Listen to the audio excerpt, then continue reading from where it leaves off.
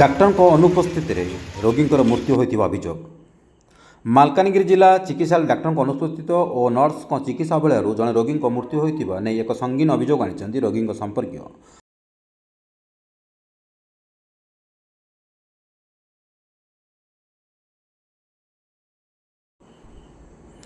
ଖବର ମୁତାବକ କାଲିମେଳା ଥାନା ତେଲତାଇ ଗ୍ରାମ ପଞ୍ଚାୟତ ଅନ୍ତର୍ଗତ MB 71 ଗ୍ରାମର 35 ବର୍ଷିଆ ଭଜନ ବାଲା ନାମକ ଜଣେ ବ୍ୟକ୍ତିଙ୍କ ଗତକାଲି ସନ୍ଧ୍ୟାରେ ଛାତିରେ ଯନ୍ତ୍ରଣା ହୋଇଥିବା ବେଳେ ସେ ନିଶ୍ୱାସ ନେଇପାରୁନଥିଲେ। ପରେ ଭଜନଙ୍କ ପରିବାର ଲୋକେ ତାଙ୍କୁ ତୁରନ୍ତ କାଲିମେଳା ମେଡିକାଲକୁ ଆଣିଥିବା ବେଳେ ସେଠାରେ ତାଙ୍କ ଦେହ ଅଧିକ ଅସୁସ୍ଥ ହେବାରୁ କାଲିମେଳା ସ୍ୱାସ୍ଥ୍ୟକେନ୍ଦ୍ର ଡାକ୍ତର ମାଲକାନଗିରି ଜିଲ୍ଲା ମୁଖ୍ୟ ଚିକିତ୍ସାଳୟକୁ ରେଫର କରିଥିଲେ। ମୁଖ୍ୟ ଚିକିତ୍ସାଳୟ ପହଞ୍ଚିବା ପରେ ତାଙ୍କୁ ଜରୁରୀକାଳୀନ ଚିକିତ୍ସା କକ୍ଷରେ ଭର୍ତ୍ତି କରାଯାଇଥିଲେ ଡାକ୍ତର।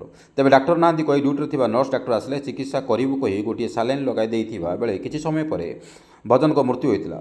ଡାକ୍ତର ଓ ନର୍ସଙ୍କ ଅବହେଳା କାରଣରୁ ମୃତ୍ୟୁ ହୋଇଛି ବୋଲି ରୋଗୀଙ୍କ ସମ୍ପର୍କୀୟମାନେ ସାଂଘାତିକ ଅଭିଯୋଗ ଆଣିଛନ୍ତି।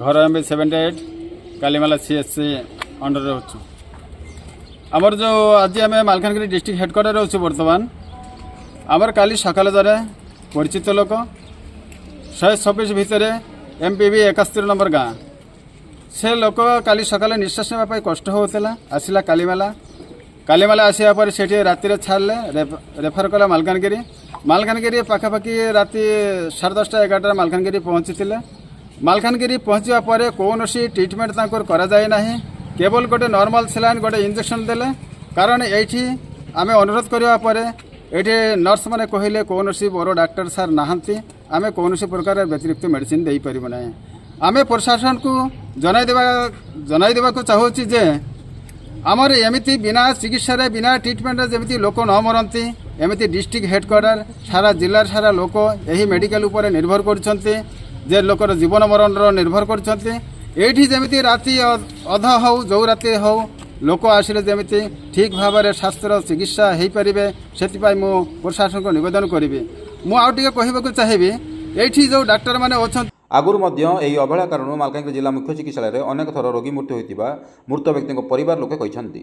खबर पाई गणमाध्यम प्रतिनिधि मैंने पहुंचले मालकानगिरी जिला स्वास्थ्य अधिकारी को जोगाजोग करते प्रतिक्रिया जिला स्वास्थ्य चित्रकुंडा टूर थिबार कहते और अतिरिक्त दायित्व में सपन कुमार डिंडा को जोगाजोग करने अतिरिक्त दायित्व डाक्टर डिंडा को बारंबार जोगाजोग कर चेष्टा करते मोबाइल स्विच ऑफ थी जोगाजोग हो पार नथिबा कौन प्रतिक्रिया मिल पार नहीं। আমার নাম জ্যোতিকা বালা, আমার স্বামীর নাম ভজন বালা। কালীমেলা মেডিকেলে নিয়ে গেছিলাম,